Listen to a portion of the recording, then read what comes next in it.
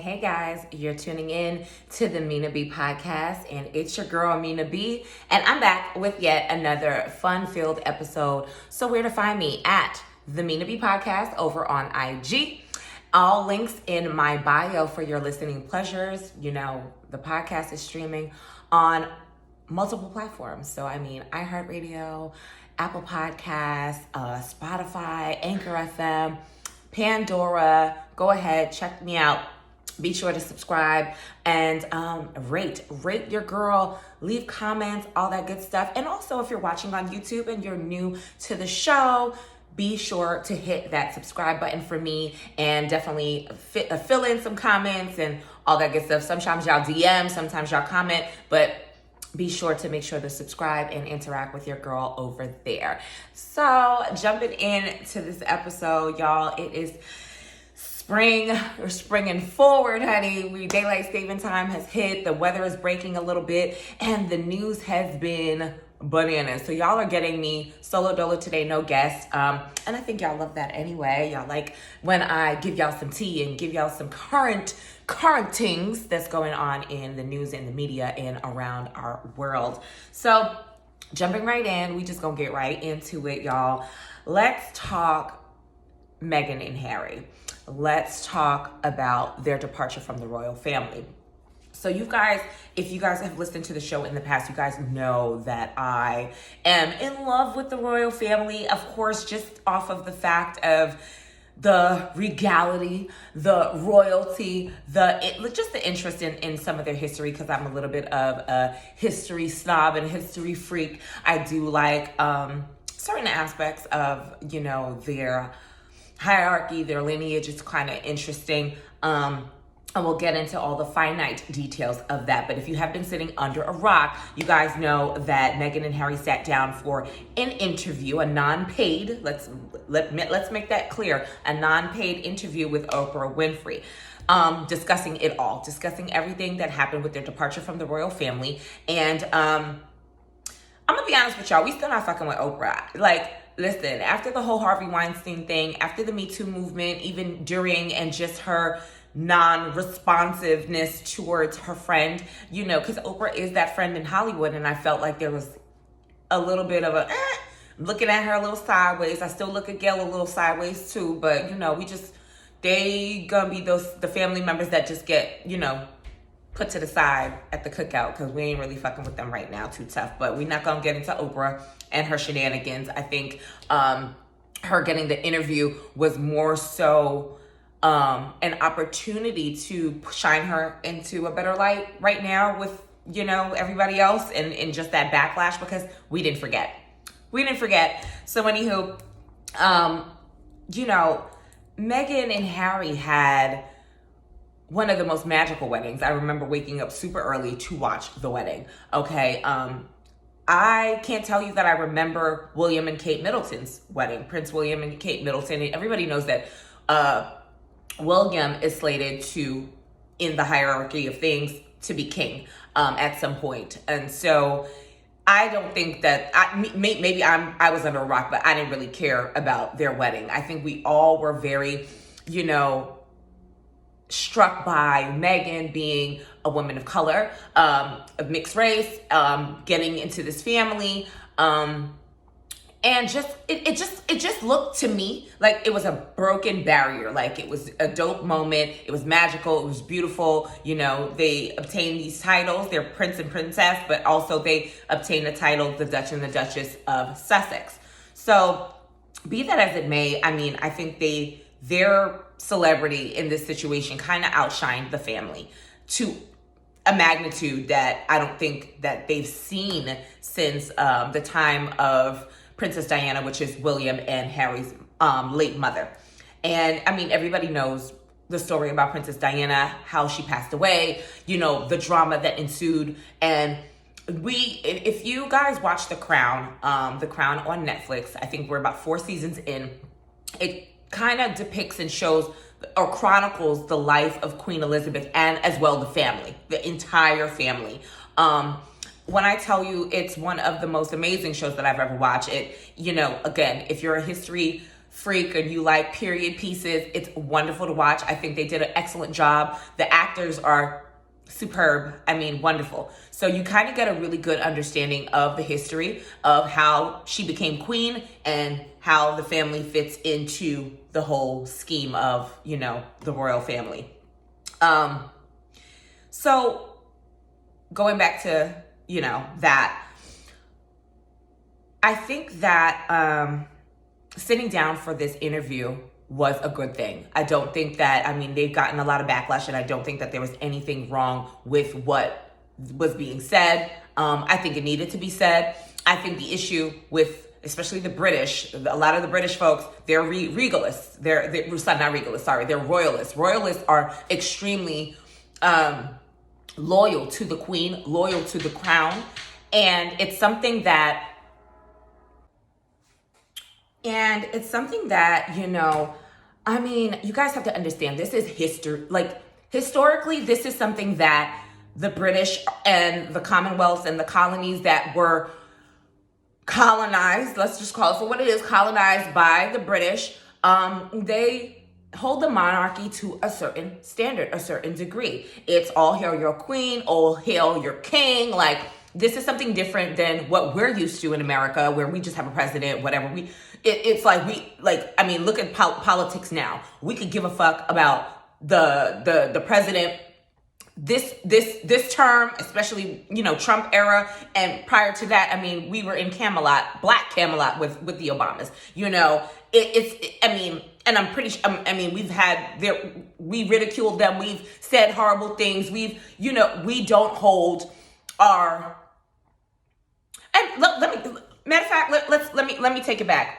Look at how the motherfuckers are with MAGA and how they all hail to Trump and his divisiveness, his bullshit, his racism, his blatant racism. Like, look at it that way. So but you're talking about also a family that is hundreds and hundreds and centuries, you know, removed from Queen Elizabeth now. So this is a thing. This is bigger than just a thing. This ain't a thing. This is bigger than that, you know? So you have the conversation on this interview that people don't believe that there's racism and microaggression with Meghan being married into this family and being, you know, Black. Like, they're not believing it. And I think that's the biggest issue. And it's a bigger conversation. And as a Black woman, I definitely know what being the only Black woman in an office space feels like. I know what it feels like to be an only Black woman in a college class. You know what I'm saying? And sitting in those rooms and also being in the space, in the corporate sphere, you know, in the workplace, we experience microaggressions tenfold. And I know that Black women across the country, across the world, when we go into the workforce, which whether it's, you know, predominantly white, whether it's predominantly white male, which I've definitely dealt with as well, you're going to deal with that shit. And yes, it is a part of racism, because at the end of the day, they want to see if you're going to react a certain way. They want to say, you know what, you're here, you're lucky to be here. You're lucky to be here. Doesn't matter what your accolades are. Doesn't matter that you have degrees out the wazoo. Doesn't matter that your work speaks for itself. You know what I'm saying? You're in the room. You should just be happy to be here. So there's always these comments. There's always these fucking trash ass emails. Like, I've been there over a decade of working in a corporate environment. And I've always preferred, I'm not going to lie, and I don't care if I get backlash for it, I've always preferred working in a multicultural setting. You know what I'm saying? Like, my last, not my last job, because that was trash. That was a microaggression, racist ass, like, the things that went on in our department, in the company as a whole, was a disgrace. So I've dealt with that. But prior to that, I worked in a very multicultural, very diverse hospital system. And I didn't have to deal with that shit. So leaving that environment and going back into that, I don't wish it on my worst enemy, the type of shit that you have to deal with as a Black woman, as a Black person in corporate America, period. So I said what I said. Anyway, I digress. So of course, the backlash comes into play from, the opinionists, the people who are going to, talk about this for months and months and months to come. This is big news, whether we want to agree or not. The royal family, the shit that goes on with them, it's always big news. Like, let's just call it what it is. They're going to be talking about this for a while because this exit is huge. Like, this is the first time since the 30s that a relative has been, separated from the royal family. If you want to do your history, I ain't even going to go into that, but that's a whole other story. But anyway, Queen Elizabeth's uncle, he abdicated the throne. That's how her father became king. And that's how when her father passed away, she became queen. Because how that works is as long as you are the oldest, when you're the oldest or the firstborn, you fall in line to be the monarch. So when that happened, he abdicated. So he was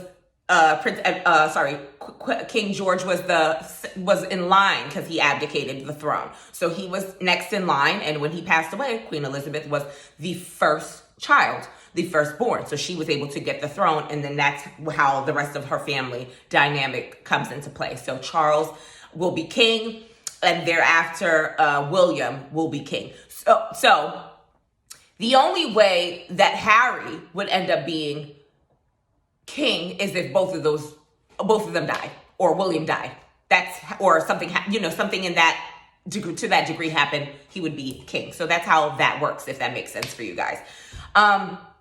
So of course, again, the backlash comes, everyone's talking about this, me included. And, we kind of get to a point where we're seeing the disrespect. Like, okay, you don't believe the racism happens in the royal family and all of that, because I think that a lot of people are like, oh my God, you have minuscule issues. This is not really a big issue. You were married into this family. Prince Harry, you're a prince. You come from this long line of, kings and queens and all this other stuff. Like, y'all don't have no real problems.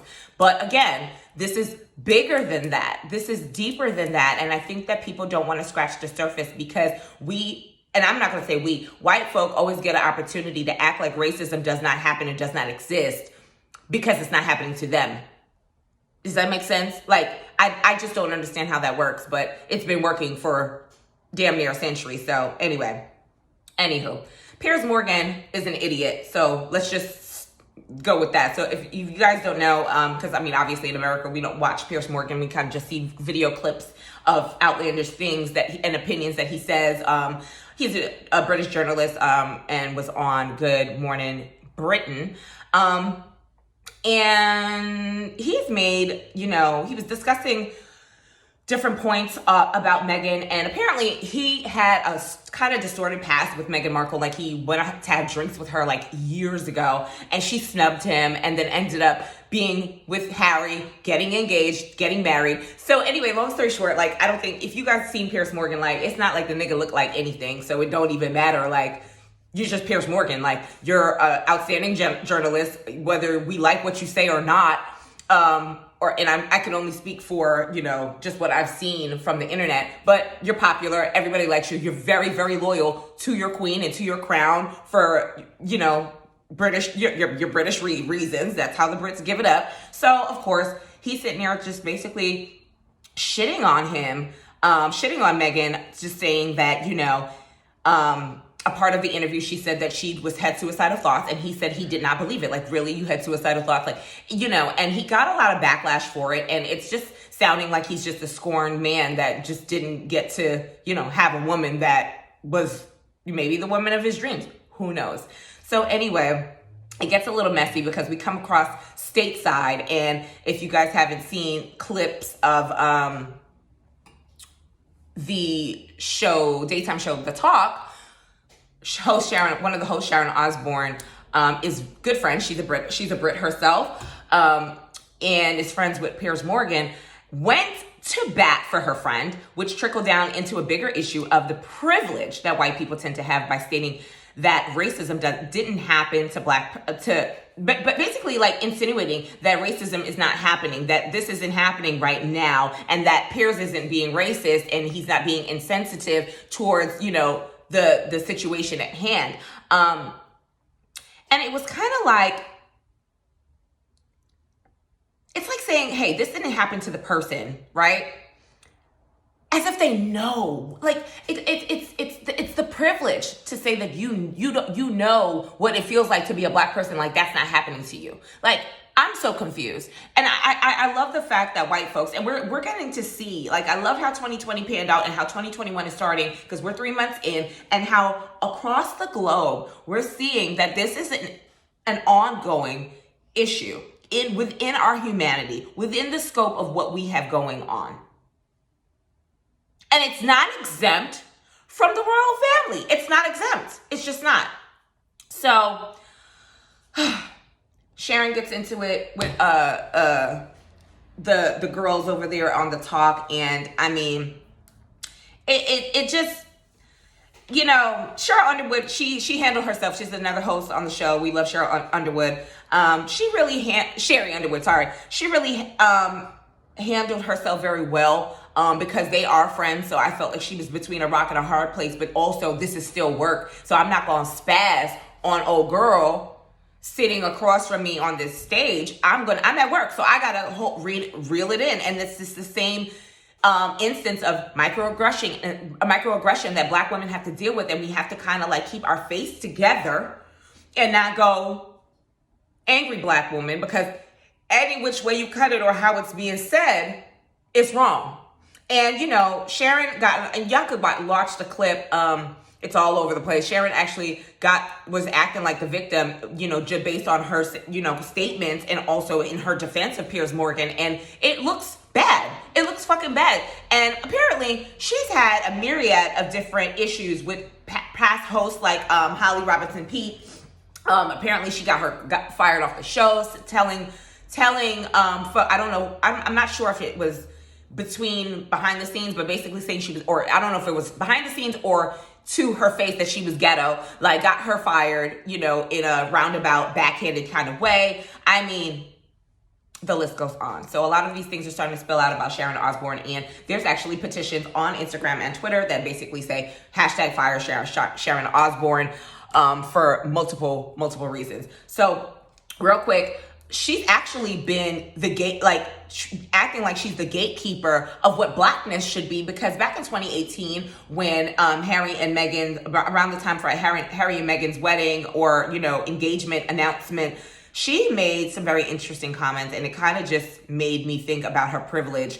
Like, you're the gatekeeper of Blackness, huh, Sharon Osbourne? Good gracious. You should be ashamed of yourself.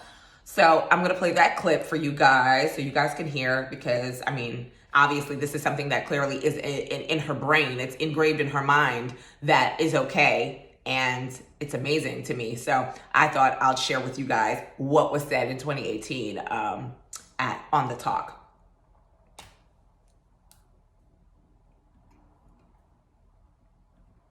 Because she brought Blackness to the royal family, which is not the She's black. I know, but she doesn't look black. To who? To everybody. Black people come in all different colors. Black people.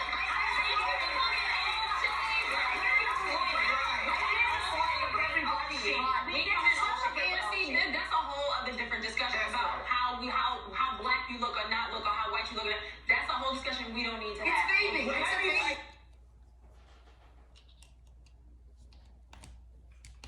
So Eve interjected by saying that, that's a whole other conversation that we don't need to have. And it's amazing to me. So Meghan's a woman of mixed race. At the end of the day, they're going to look at her like, look at what she's going through right now. Bitch, she's black. Okay? So she don't look black. Like there's so many issues with that right there, with that statement right there. She don't look black. Y'all, can't make this stuff up. Can't make this stuff up. So listen, about 8 o'clock last night, a statement went out about 8 o'clock Eastern time that said that the talk would be on hiatus amidst the Sharon Osbourne controversy. And so they taking a hiatus because I think that a lot of people want her fired. I think that the talk is getting a backlash for even having Sharon on the show. Sharon's been on the show for however long. But anyway, my thoughts to sum this up are simple. The queen is a monarch, and I think in our minds, we were a little naive to believe that Meghan coming into this family was going to shape and mold things. Also, I will say this. Harry is not in line to be king. So I think that they thought it was going to be seamless. Not easy, but seamless. Like there's certain things and dynamics that they didn't have to do. I think that the popularity of Meghan and Harry, the fact that she, is mixed and a black woman and, she's American, she's an actress, and she's, have this very interesting family dynamic growing up and all of that. And I think that we were naive to think that it was just gonna be, 1, 2, 3. They're gonna move to the side. They're gonna pop out and do events and do their royal duties because that as a royal you go to different countries, you go on tours, you do certain things for the monarch, right? That's what it is. Even during the interview, she made it clear that the Queen and Prince Philip had nothing to do with the conversations that were had. I think it was disgusting to hear her say that they were questioning of what Archie, their firstborn, would look like upon being born. And I think that was super hurtful to hear, because it's the level of ignorance that is like, wow, like it just made me realize, like, wow, they really were treating her in a cold, shafted kind of a way. And again, she said that the king and the queen, the queen and Prince Philip didn't have anything to do with that. They're well into their 90s. She's made it very clear, and Harry has made it very clear that their relationship with the king and Prince Philip, the queen and Prince Philip were separate to that and were very, good for the most part. But what I think everybody has to understand, and of course, doing this history, doing this work, and understanding it from the perspective of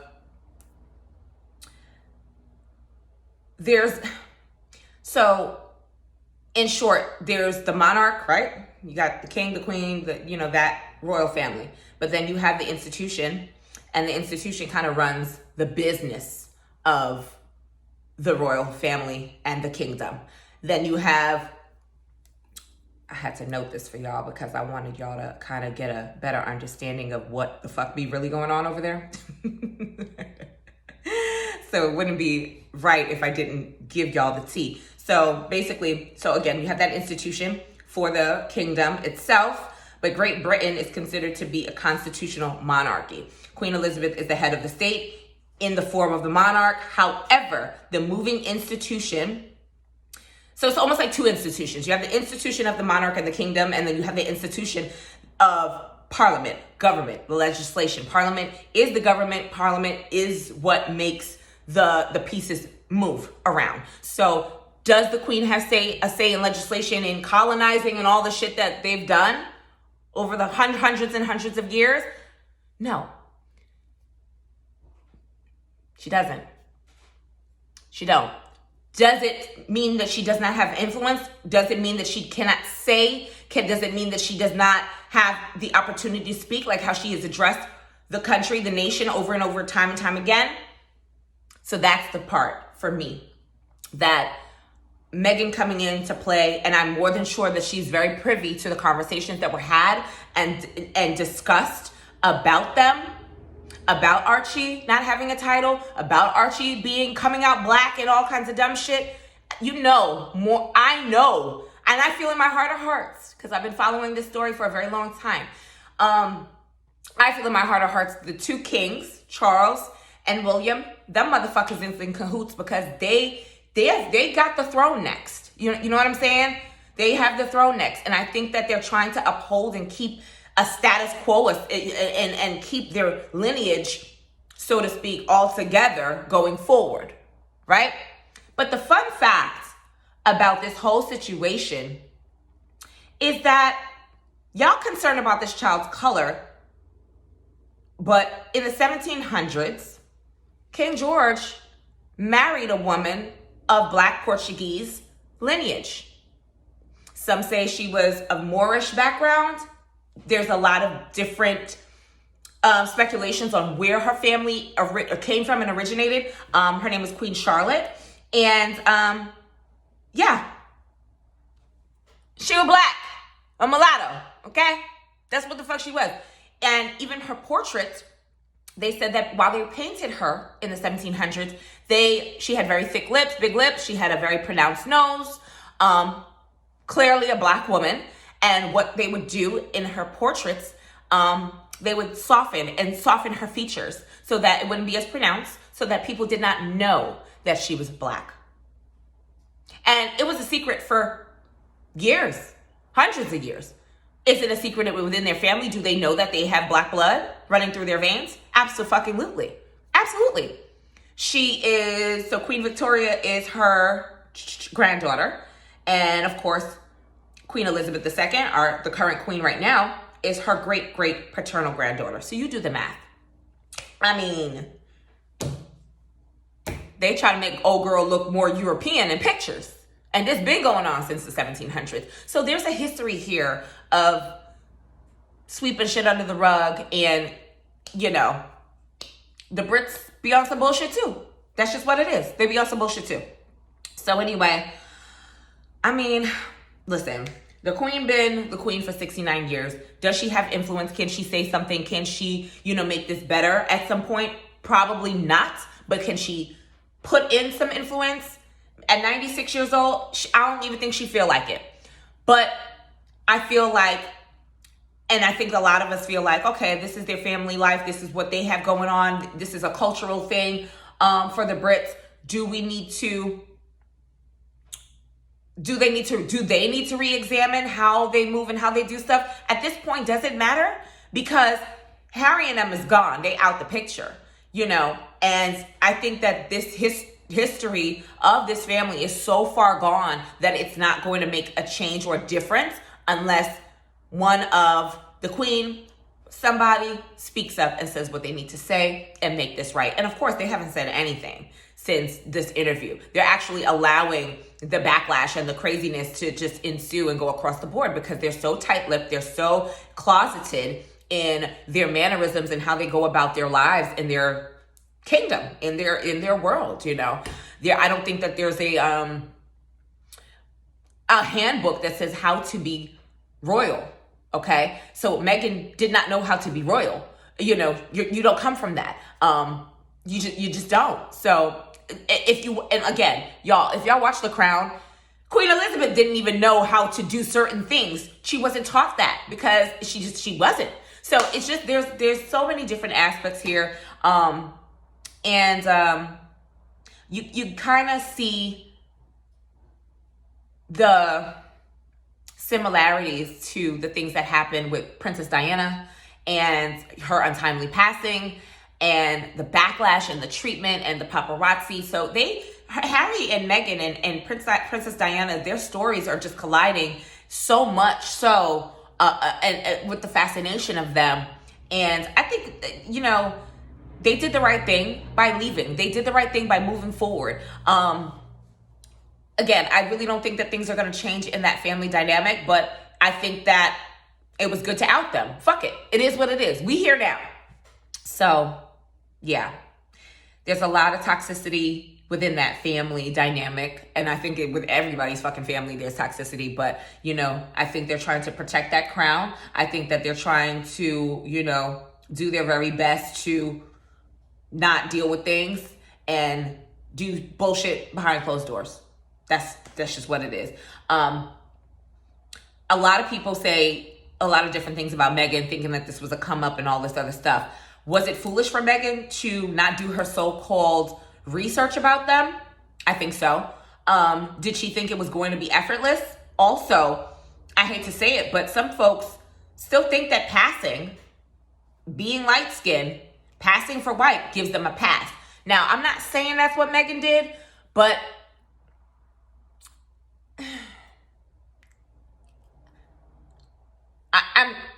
I know it sounds messy, but I feel like that kind of plays into the shits too. Let me know if I'm wrong. Yeah, girl, I feel for you. We loved the fairy tale wedding. We loved the fact that you and your man rode out and he left the fucking kingdom for you and his family. And y'all are going to do wonderful things. I know that they've gotten deals with Netflix to do production, and I think they're going to do wonderful things stateside. And I really wish them the best. It's just very, very, very sad how everything panned out. And Harry, you a stand-up dude in my eyes. You know, you stand up as fuck. I fucks with Harry, okay? And that's just how I feel about that. I think that the situation is beyond repair. It sucks because the two brothers, William and Harry, I don't see them being fucking with each other like that. That shit is a wrap. But what do I know? What do I know? So, anyways, in lighter news, just had to give y'all my spiel and my opinion on the royals and all the drama that took place last week. So, okay, we just finished Grammy weekend. The Grammys, the 63rd annual Grammys during COVID, like, oh my God, that was held in LA last night outside of the Staples Center. So it was an outside event.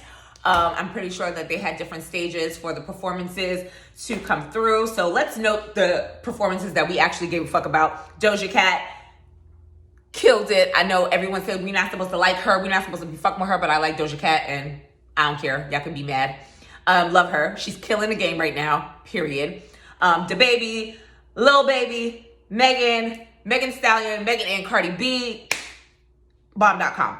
So last night was a special night for Beyonce because Beyonce has the most, they said that she had the most awards won, but I think that she's tied. There's also some information that came across the internet late last night, or the wee hours in the morning rather, that said that her and Quincy Jones are actually tied on how many Grammys. I believe it was 28 Grammys altogether, or 28 or 29 Grammys.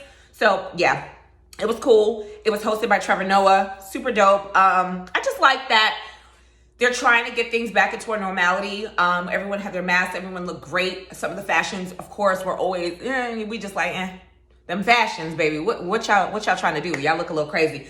But you know how that goes. So Megan Thee Stallion did a sweep with 3 Grammys last night. And y'all know how I feel about Megan. Okay, y'all know how I feel about Megs. I love Megs.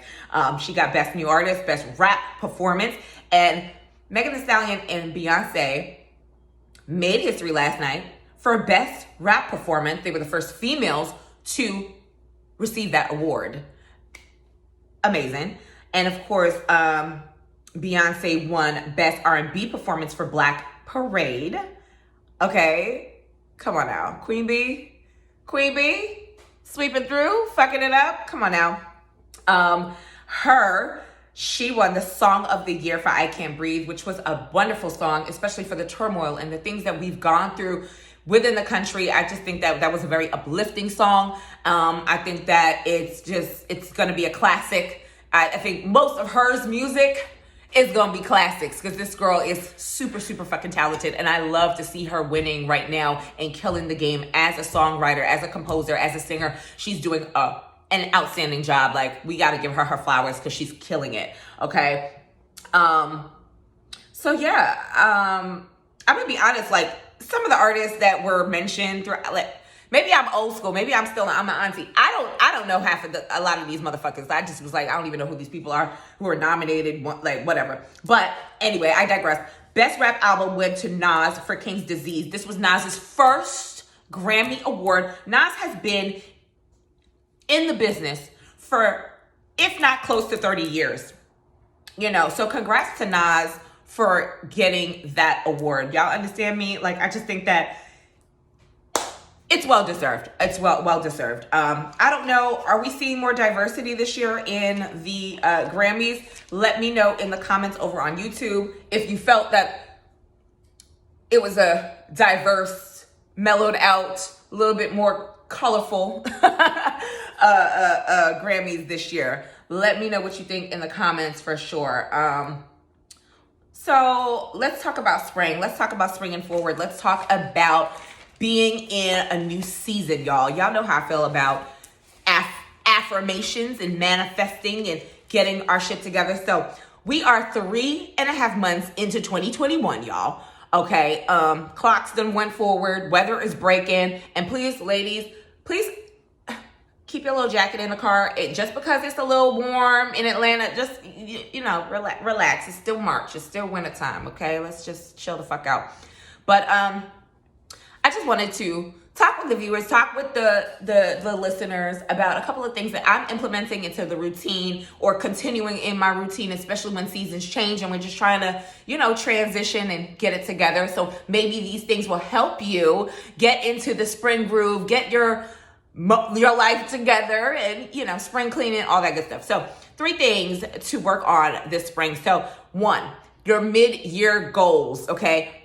We're coming to the middle of the year really, really quickly. So from now, sometimes people have New Year's resolutions or not, whatever the case may be. Why don't we do this? Why don't we do from a now to June goal? Whether it's small, big, whatever it is, just start giving yourself a little goal, whether it's changing your diet up, whether it's taking that course that you want to take or doing some research on, or reading the books that you haven't read. Like, do a little something for yourself as far as making a goal, making a commitment, seeing it through to June, July, and reassessing and saying, okay, you know what, I knocked this out, and keep it going. Because I think, that we get caught up in the New Year hoopla. By March, we done forgot about the shit altogether. Let's realign, get it back in the game, and get some things done, okay? So number 2, health is wealth. So, we're still in a panorama. We're still up on the Panini Express, okay? We still riding this COVID thing, okay? Whether or not you decide to get a vaccine, if you're even in line to get a vaccine in the next couple of months, that's your choice. Do what y'all got to do. But also building immunity, taking your vitamins, being cognizant of what you're putting in your body is also a big part of it, So it's a matter of having a balanced diet, and just taking care of yourself, taking care of you, taking care of your surroundings, really, clearing clutter. People think spring cleaning is a joke. Like, spring cleaning is a real motherfucking thing. Like, clear up some things, lighten up your room a little bit, change your comforter, open the windows a little bit, get some curtains that are lighter in color and texture, things like that. You can do little things around the house or just in your space that can really open and lift your health. Just the littlest things, like dust, sweeping. Call a cleaning lady, pay for it. Shit, Groupon has so many throughout the cities across the country. Groupon has so many deals on cleaning services.